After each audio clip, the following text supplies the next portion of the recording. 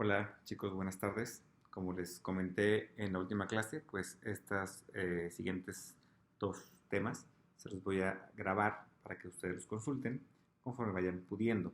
Y sirve que vamos adelantando el temario y además que son temas que ya han visto o que están viendo simultáneamente en otras materias, entonces sea más rápido. Comenzamos con el tema de hoy, estados de choque.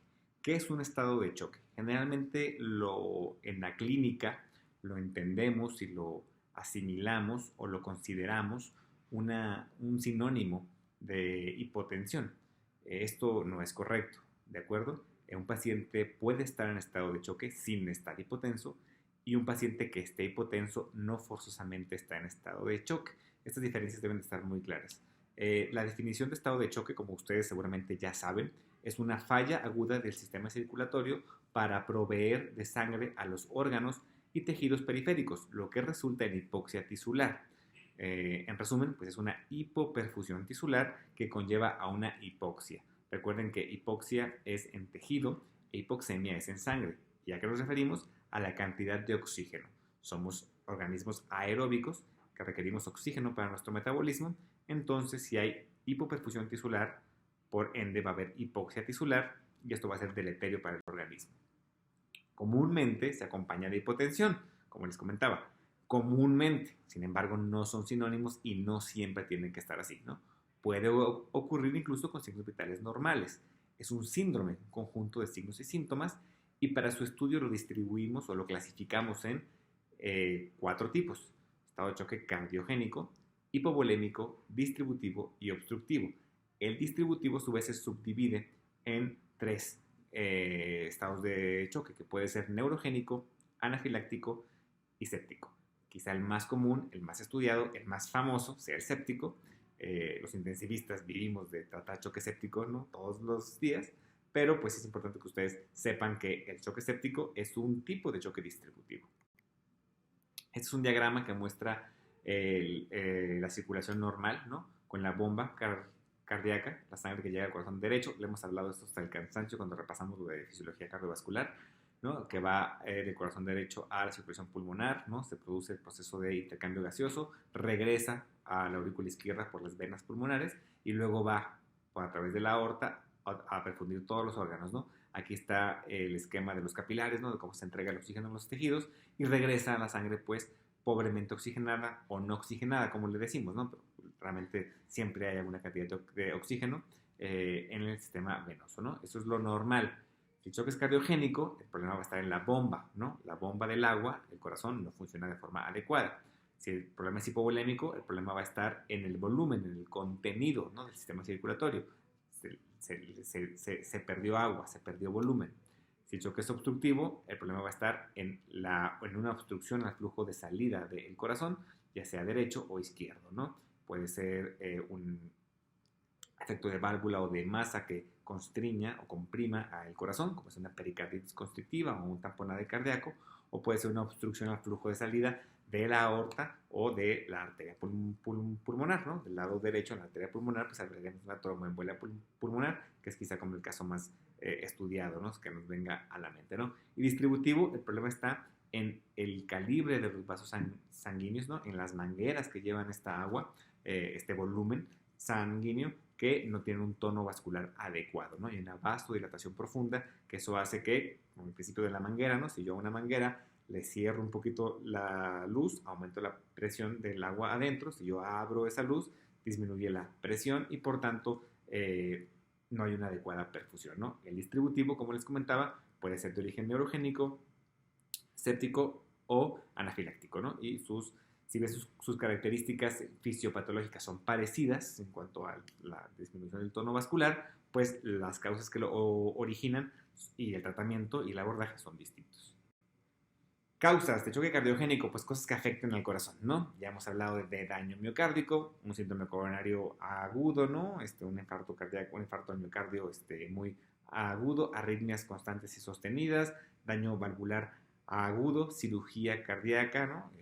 Pueden ser algunas de las causas de choque cardiogénico. Hipovolémico, la pérdida total de sangre. Un choque hipovolémico hemorrágico, pues es aquel que se ha perdido sangre en cantidades importantes, ¿no?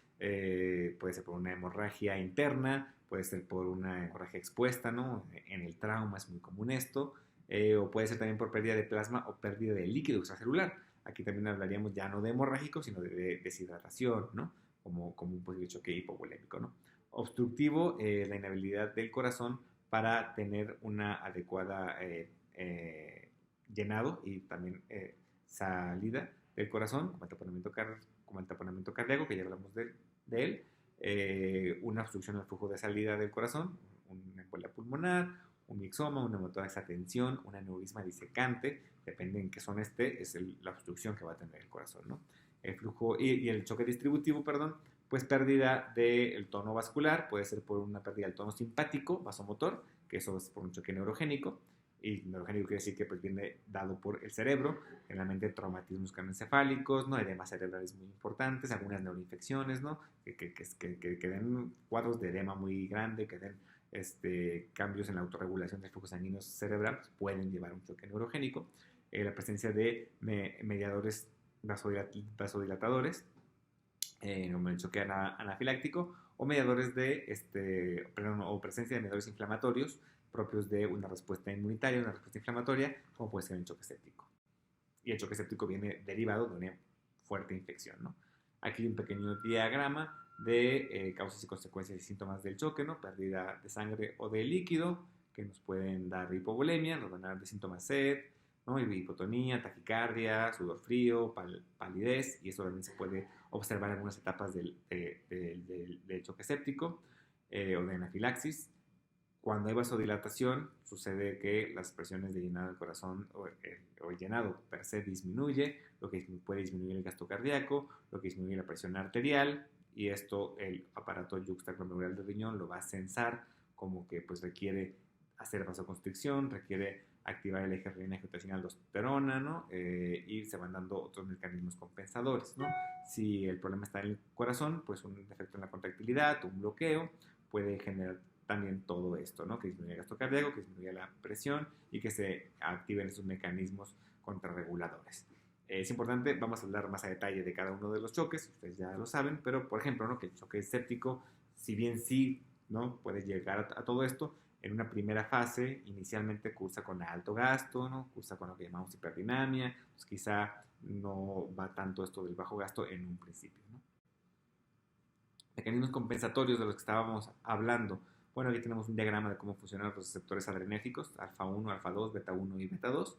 Los que nos van a importar son los alfa 1 y beta 1, que son los que se van a estimular o se van a activar para compensar efectos de un estado de choque, ¿no? Los alfa 1 que nos van a dar vasoconstricción, ¿no? Con lo que aumenta la resistencia vascular periférica para aumentar la presión arterial, contracción bronquial, midriasis, relajación del músculo liso no del tracto gastrointestinal, y aumentan la glucogenólisis hepática. Beta 1 aumenta la frecuencia cardíaca, aumenta la secreción de amilasa y la fuerza de contractilidad del miocardio, ¿no? Entonces, tratando de compensar una baja en la presión del sistema circulatorio, pues aumentando la frecuencia cardíaca, que mande más veces en un minuto, ¿no? Sangre el corazón, aumentando la fuerza contráctil para que mande más volumen inyectado, aumentando la resistencia vascular, al principio de la manguera constreñida que les decía, para aumentar la presión y así mantener el gasto cardíaco, ¿no? Son mecanismos compensadores que se inician ante un estado de choque.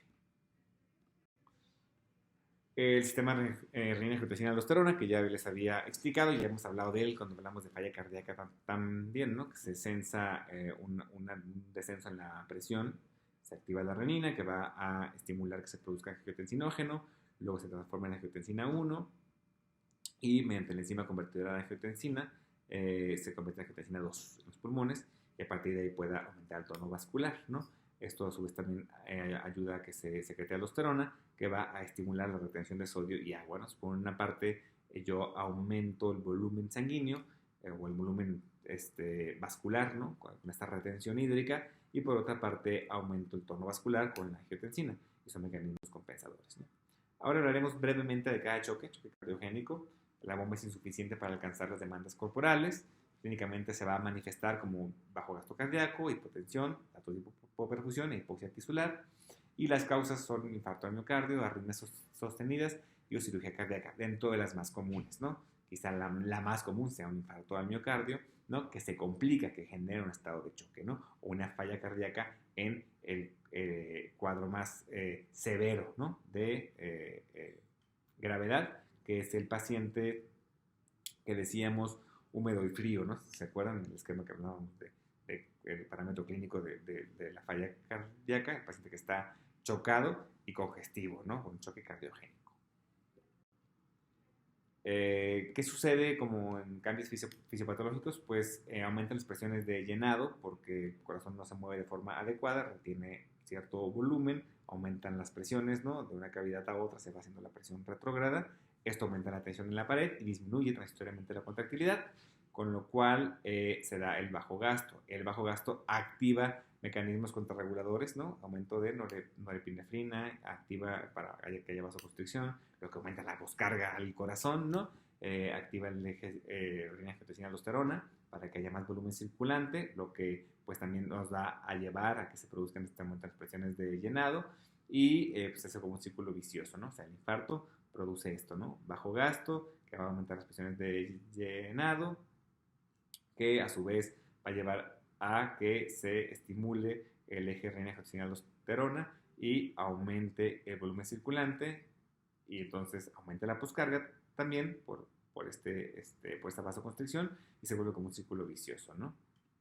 Entonces, tiene que haber siempre un equilibrio entre mejorar el gasto cardíaco y disminuir el consumo de oxígeno. VO2 quiere decir consumo de oxígeno, ¿no? Para así mejorar la perfusión coronaria, ¿no? ¿Qué tenemos que hacer? Bueno, optimizar nuestro intravascular con líquidos intravenosos, pero no sobrecargarlo, ¿no? Por eso mejorar las presiones de llenado cardíacas para optimizar. Monitorizar datos de edema pulmonar, ¿no? Si el paciente está con choque cardiogénico, la bomba no funciona bien, el partido estoy dando líquidos, pues tener mucha vigilancia en no llevarlo a la sobrecarga y evitar el edema pulmonar. Disminuir la tensión de la pared ventricular, aquí sí con algún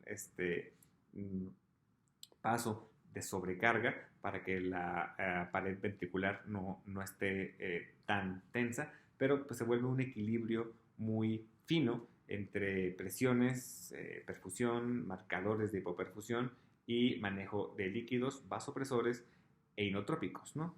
Aquí también incluso se habla del balón de contrapulsación, que se acuerdan que ya les había hablado de él, ¿no? Como un dispositivo mecánico que ayuda, ¿no? A el corazón. Evidentemente esto ya queda para casos más avanzados. ¿Qué es lo que tienen que saber ustedes, ¿no? A nivel de estudiantes de fisiopatología de la universidad? Que el choque cardiogénico se da por una mala contractilidad cardíaca, una falla en la bomba cardíaca, y que debemos de encontrar la causa. Si es un infarto, que es lo más común, pues evidentemente tratar el infarto. Si el infarto ya se trató y quedó con estado de choque post-infarto, darle todo el soporte para que el corazón pueda ejercer su trabajo. Dile que le marco en 20 minutos, estoy dando una clase. Entonces, perdón, me interrumpen, de todas partes me interrumpen. Tratar de vigilar la monitorización de las presiones y el comportamiento hemodinámico para entonces tener el correcto equilibrio entre la sobrecarga, la no sobrecarga, el manejo con líquidos, el manejo con aminas vasoactivas que nos van a hacer que haya todavía más vasoconstricción de ser necesario y o el manejo con inotrópicos. Los inotrópicos nos ayudan a que haya mejor contractilidad cardíaca. Claro que los inotrópicos hacen que el miocardio consuma más oxígeno, entonces también si el miocardio está dañado, pues debo de tener mucho equilibrio en esto. ¿Cómo lo hacemos normalmente en la clínica? Pues con monitorización continua, monitorización en una unidad de cuidados cardiovasculares especiales, en unidad de terapia intensiva o de terapia intermedia, con una monitor de signos vitales, con toma constante de signos vitales, con medidas invasivas como puede ser una presión arterial invasiva mediante una línea arterial o presiones de llenado con un catéter venoso central, ¿no? La presión venosa central, o a lo mejor si la gravedad lo ameritara, pues un catéter de Swan-Ganz para hacer mediciones de presión de oclusión de arteria pulmonar. Ya también hay herramientas mínimamente invasivas o no invasivas, con el monitoreo con ultrasonido frecuente a la cabecera del enfermo, y bueno, todas estas estrategias conjuntas y continuas para darle el tratamiento de la vigilancia. En el choque hipovolémico, ¿qué sucede? Pues pérdida de sangre del 15 al 20%, pues esto puede verse hemorragia, quemaduras, deshidratación, puede haber un choque hipovolémico por diarrea y vómito, sí puede haber un choque hipovolémico por una hemorragia quirúrgica, sí puede haber, por un accidente, por un trauma y una hemorragia interna, también puede ser. Por quemaduras, se acuerdan que al perderse la barrera de la piel se pierde mucho líquido, ¿no? El gasto cardíaco y la presión arterial caen a cero, con una pérdida teórica del 40% del volumen sanguíneo. Se recuerdan que tenemos 5.5 a 6.5 litros de sangre, ¿no? En lo que es el gasto cardíaco normal, pues con que se pierdan de 2.5 a 3 litros, ya estamos en una condición crítica, ¿no? Igual los mecanismos compensadores, ante una pérdida de sangre, pues la liberación de catecolaminas, lo que hace vasoconstricción, la liberación de vasopresina, que también ayuda a que haya vasoconstricción, y la activación del eje renina-angiotensina-aldosterona, que ya hemos hablado de él, para aumentar el volumen circulante, ¿no? En esta curva de presión vemos la sístole, la diástole, y como el gasto cardíaco, la presión arterial es igual al gasto cardíaco, pues la resistencia vascular. Normalmente en un choque hipovolémico, como mecanismo compensador, pues va a haber mucha vasoconstricción momentánea para tratar de mantener ese tono vascular, ¿no? Aquí vemos unos esquemas de monitorización con la frecuencia cardíaca. ¿Se acuerdan que les decía, ¿no? Que después del latido cardíaco se genera la onda de presión, ¿no? Una paciente ligeramente hipotenso, con 80-40, con una 58 de presión arterial media, que evidentemente esto no es una presión adecuada perfusoria. Recuerden que aquí la meta siempre es estar arriba de 65, una saturación de oxígeno al 100%, o queso sensa, y una frecuencia respiratoria de 14, con una PVC de 12 acá y de 11. Mecanismos que tenemos para monitorizar a estos pacientes, ¿no? El Colegio Americano de Cirujanos tiene esta clasificación, quizás la más utilizada, y es la que yo me quedo aquí en la clase con ustedes. Hay otras clasificaciones, en urgencias se usa mucho la del déficit de base, y bueno, hay otras clasificaciones que de momento no creo yo que son pertinentes que se aprendan ustedes, pero cuando estén ya rotando en urgencias, en cirugía y demás, pues sí aprendanse todas, ¿no? Pero esta que habla de choque hipovolémico hemorrágico, clase 1, 2, 3 y 4, ¿no? La clase 1 va de una pérdida de 750 mililitros, la clase 2 de 750 a 1500, la 3 de 1500 a 2000 y la 4 de más de 2000.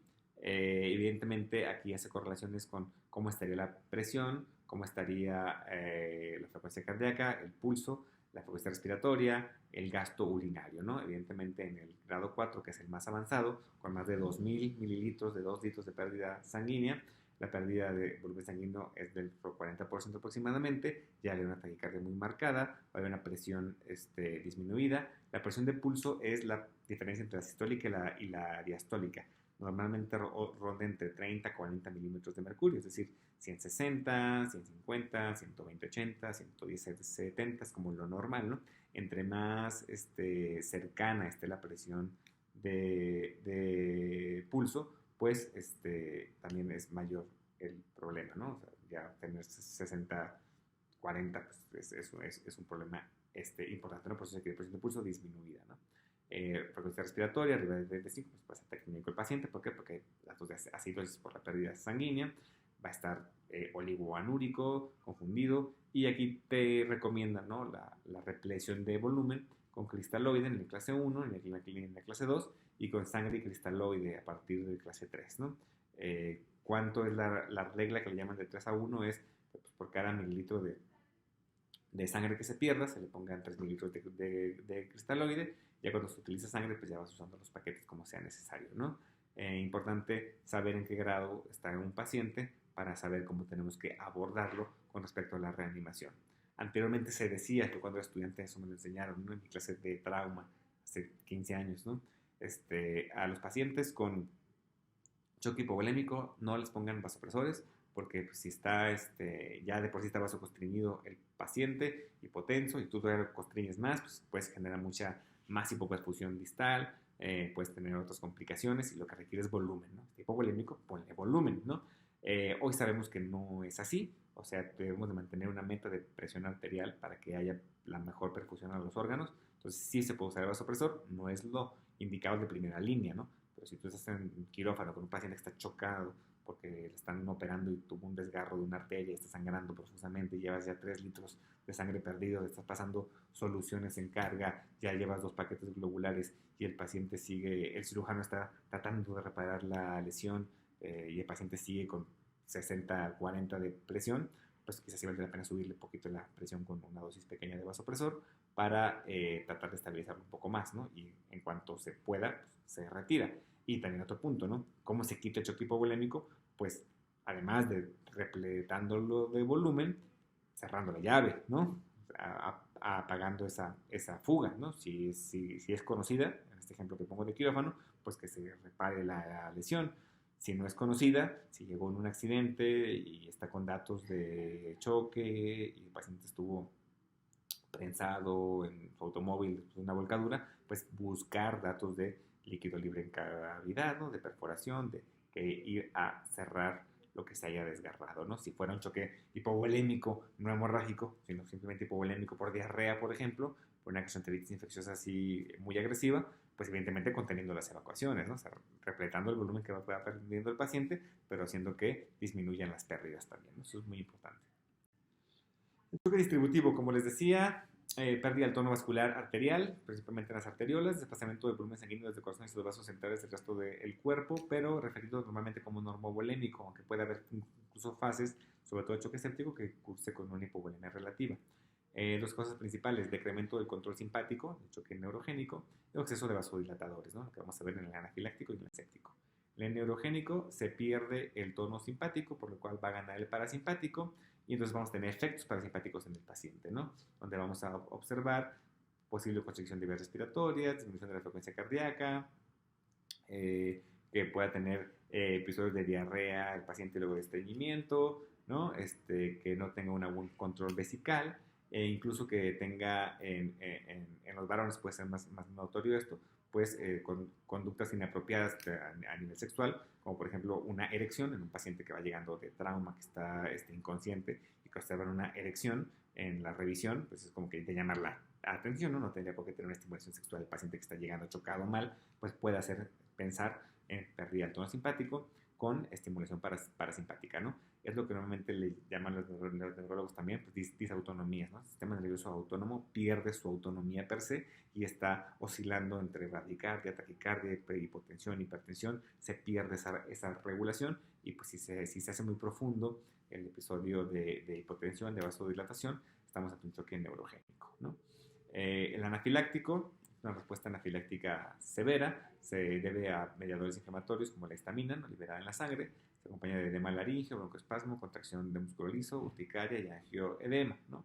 Esto es muy fácil de identificar, ¿no? El paciente se conoce alérgico a algo, consumió un alimento, o a lo mejor no se conocía, pero tiene el antecedente de que tomó tal alimento o le dieron un medicamento y las alergias luego se van descubriendo así, ¿no? O sea, si nunca me había tomado una aspirina en mi vida, a lo mejor el primer día que me la tomo, si soy alérgico, pues ahí me voy a dar cuenta, ¿no? Entonces tengo la historia, ¿no? A partir de que me tomé tal medicamento o consumí tal alimento o bebida, empecé a sentirme así, ¿no? Rubicundez, ansiedad, prurito y comienzan las lesiones.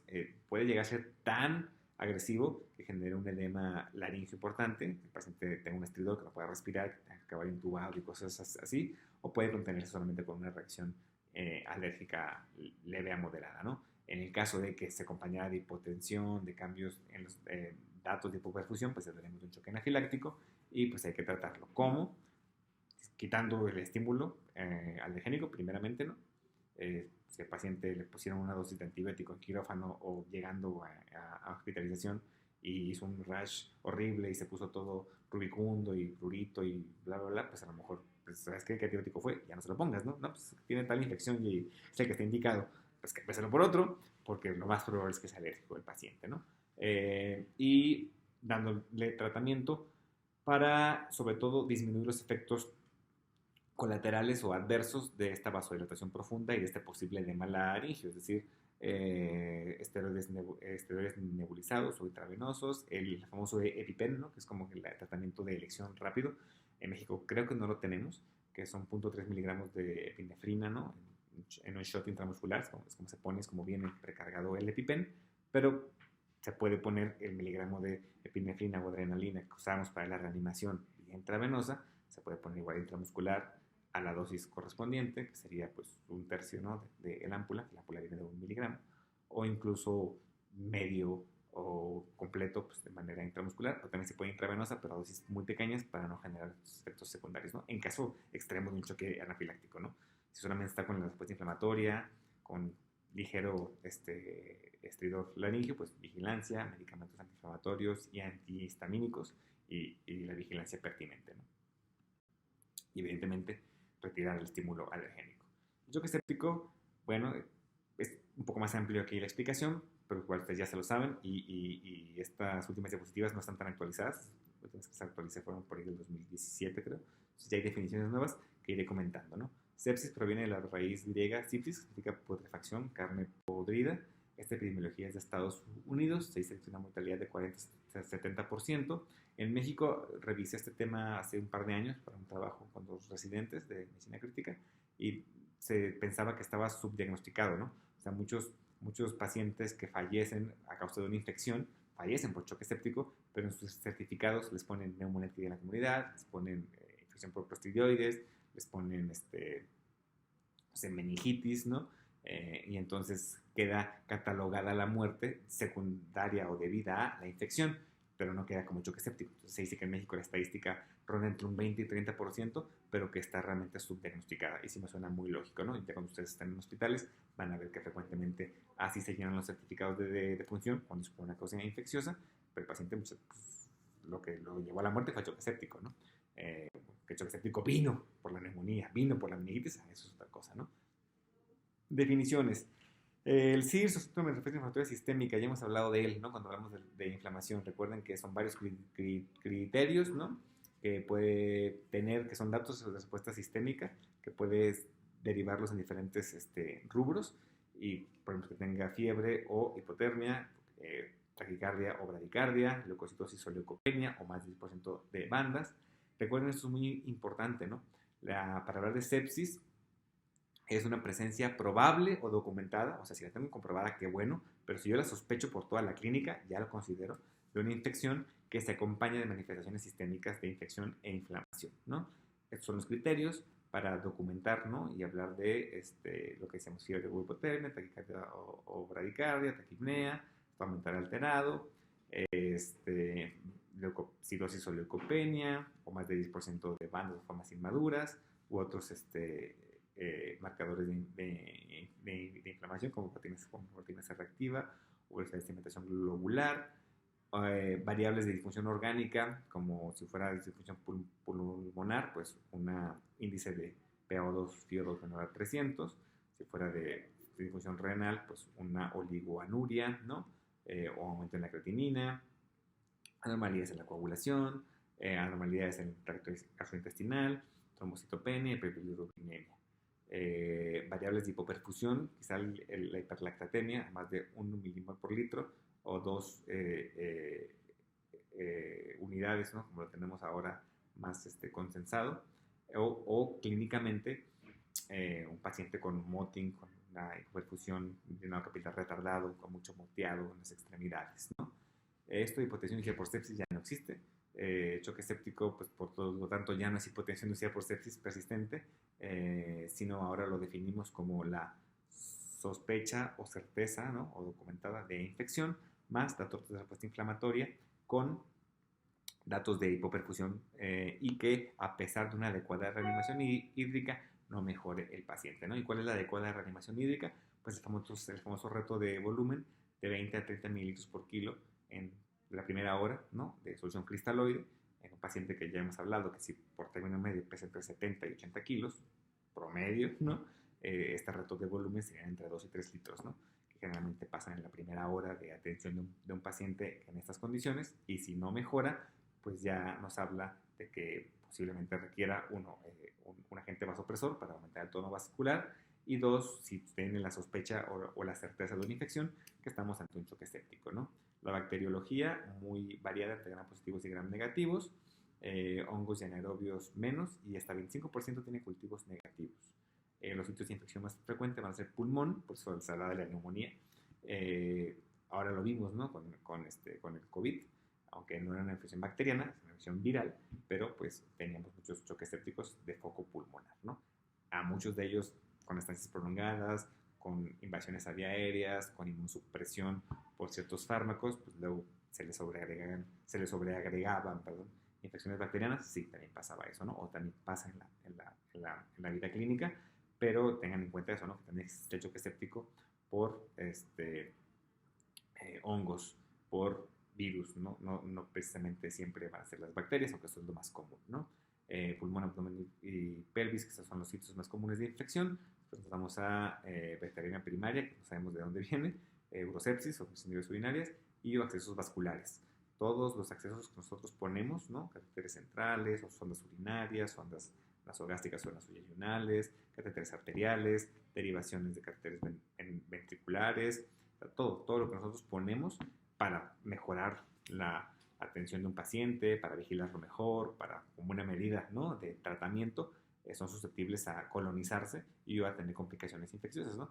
Los accesos vasculares son muy peligrosos porque generalmente como llegan hasta la entrada del corazón pueden ocasionar o pueden ayudar a que se produzcan una infección muy grave, que es una endocarditis, ¿no? Entonces, tener todo esto en cuenta, y por eso también como parte de nuestra rutina es cuando un paciente llega muy grave y lo invadimos y lo abordamos mucho, preguntarnos todos los días en qué momento podemos irle quitando cosas para evitar que haya infecciones, ¿no? Es un proceso complejo que ocurre como resultado de la interacción de varios factores: el agente infeccioso, la respuesta inmune del paciente, comorbilidades previas del paciente, el tipo de infección y los mediadores inflamatorios, ¿no? Aumenta la expresión de citoquinas inflamatorias, interleucina 1, interleucina 6 y el factor necroestructural alfa. Se activa el sistema del complemento mediante la endotoxina bacteriana. Esto activa cascada de leucotrienos y prostaglandinas y linfocitos, ¿no? Recuerden que esos son mediadores vasodilatadores, ¿no? A su vez se activan mediadores contrainflamatorios o antiinflamatorios como interleucina 4 y interleucina 10, y esto puede llevar al paciente a un estado de inmunosupresión relativa, ¿no? Porque hay como una pelea entre el sistema proinflamatorio y el antiinflamatorio, ¿no? Puede haber disfunción celular porque se altera la utilización de oxígeno en la cadena mitocondrial, lo que disminuye la producción de ATP y puede activar a la vía de la... Perdón, ya. Depende qué órganos se vean afectados, pues hablamos de encefalopatía por sepsis, miocardiopatía por sepsis, lesión renal, disfunción hepática, y evidentemente si vamos sumando estas fallas orgánicas, pues podemos estar hablando ya de una falla multiorgánica, ¿no? Dentro de la fisiopatología, ¿no? La vía procoagulante, que se puede dar porque se disminuye la proteína C, la proteína S, la nitrosamina 3, ¿no? Aumenta el efector tisular, hay inflamatoria con la interleucina 10, hay hipoxia, inmunosupresión y apoptosis, ¿no? Ya lo hemos mencionado, ¿no? Un esquema de la vasodilatación mediada por el óxido nítrico, las bacterias que son reconocidas por el sistema inmunitario, ¿no? Los linfocitos CD14 con sus natural killer, que empiezan a hacer esta activación, ¿no?, de mediadores inflamatorios que van a llevar a el aumento de la óxido nítrico sintetasa y la vasodilatación profunda, ¿no? Nuevamente aquí explicado lo de la vía de la coagulación, de cómo existe la trombosis intravascular, ¿no? Mediante la activación del factor tisular, que a su vez activa el factor 5A, ¿no? Y esto activa la proteína C y va llevando de trombina a fibrinógeno a fibrina y la formación de pequeños coágulos subendoteliales, ¿no? De ahí, pues, que el choque séptico se asocia a infección severa con SIRS, sepsis. Sepsis severa ya no existe esta definición también, bórrenla. Y este artículo que hablaba que en pacientes adultos con choque séptico, que se utiliza el criterio de hipotensión que requiere vasopresor para mantener una TA media de 65 o más, tiene niveles de lactato arriba de 2, ¿no?, milimoles por litro, porque era 2, tiene mejor espectro en el diagnóstico, ¿no? Este esquema de cómo está el sistema proinflamatorio y el sistema antiinflamatorio, lo que llamábamos CARS contra MARS, ¿no?, hace algunos años. Y bueno, insisto, ¿no?, lo veo rápidamente porque no vamos a explicarlo demasiado, que ustedes han visto sus temas en otras materias, ¿no? El choque obstructivo se debe a una obstrucción mecánica al flujo de sangre en circulación central. Grandes vasos puede ser un aneurisma, corazón un mixoma, pulmones una tromboembolia pulmonar, y el resultado al final van a ser presiones de llenado elevadas, ¿no? Y ya sabemos que eso que conlleva pues, una falla cardíaca aguda, ¿no? Las complicaciones de Y entonces, en el choque obstructivo, los casos más comunes son la motórax de tensión, tromboembolia pulmonar, ¿no? Y algunos datos de mixoma o aneurisma, ¿no? Del lado izquierdo. El choque, sus complicaciones más comunes van a ser lesión pulmonar aguda, lesión renal aguda, úlceras intestinales, presión intravascular diseminada, falla orgánica múltiple que te puede llevar a la muerte, ¿no? Tratamiento, recuerden, ¿no? Las medidas de soporte que hemos mencionado para mantener la perfusión orgánica, pero a su vez tratar la base, ¿no? Si el choque cardiogénico es por un infarto al miocardio, pues la terapia de la perfusión. Si el choque es séptico, pues dar antibióticos, control del foco infeccioso. Esteroides antes era un poco controvertido, ahora sí se utiliza mucho en el choque séptico, tiene sus indicaciones. Anafiláctico, que decíamos esteroides, epinefrina, ¿no? Igual retirar el estímulo alergénico. Y obstructivo, la liberación de la obstrucción. Si es una motórax tensión, puedes verlo simple y poner sonda pleural. Si es una tromboembolia pulmonar que está dando efectos hemodinámicos, pues ir a esta trombolisis, ¿no? Para mejorar para quitar, mejor dicho, el estado de choque, ¿no? Signos de choque, ¿no? Perfusión de la piel, gasto urinario, frecuencia cardíaca o frecuencia del pulso, ¿no? Estado mental, cómo se ven las venas del cuello, el consumo de oxígeno, el índice cardíaco, las presiones de llenado y el sistema de resistencias vasculares, ¿no? El choque cardiogénico, pues las resistencias van a estar altas, va a haber vasoconstricción, el índice cardíaco va a estar bajo, va a haber bajo consumo de oxígeno y va a haber bajo gasto urinario y y alta frecuencia cardíaca, no taquicardia, ¿no? En el choque cardiogénico compresivo, ¿no? O el choque obstructivo, ¿no? Vamos a encontrar igual unas resistencias altas. ¿Para qué? Para tratar de compensar, ¿no? Esa perfusión, esa presión.